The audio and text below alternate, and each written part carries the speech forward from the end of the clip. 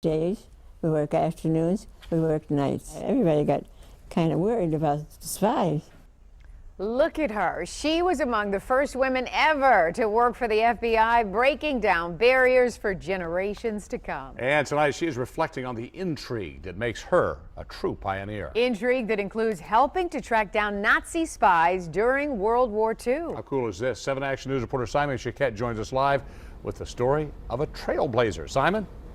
Absolutely, Stephen. Carolyn, in the 1940s, Jean Fisher came to work every single day right here at this building. This is the federal courthouse, but it was once the home of the Detroit FBI. At 94 years old, Jean Fisher has got a laugh and a smile that can light up a room. She's lived through some of our nation's most challenging times and recalls some of her own during a career with the FBI, the same law enforcement agency now paying her a special visit at home as a way of saying thank you. Oh, that's so nice of you. Most people that went to work for the FBI were pretty moral people. Jean recalls being recruited soon after high school to work in Washington, D.C. Her pay, $1,400 a year without overtime. The money was no fortune, but the position as an FBI stenographer came with both prestige and plenty of responsibility. And for the Bureau, they had to be accurate. You could not make a mistake. Some weeks, she was working in the same office building with the first FBI director, J. Edgar Hoover. That meant always being on your toes and mindful of danger right here at home.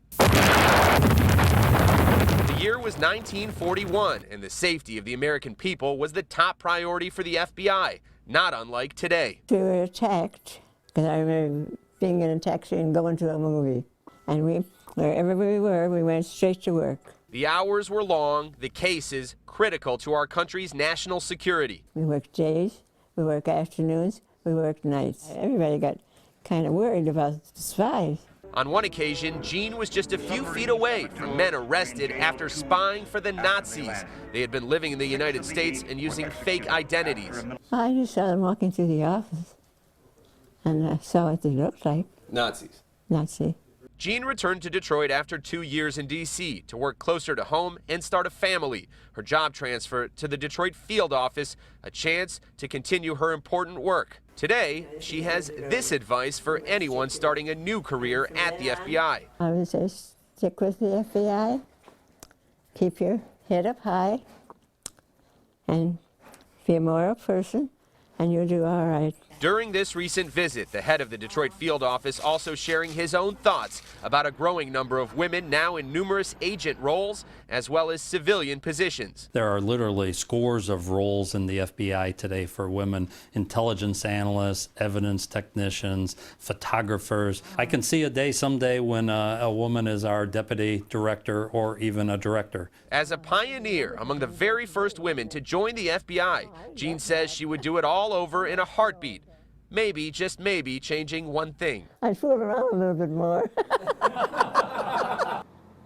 Jean's children and grandchildren are extremely proud of her. Tonight we salute her and thank her for her service. Back to you guys. Nice for you to pay tribute to a real trailblazer, and I bet she was a tough cookie.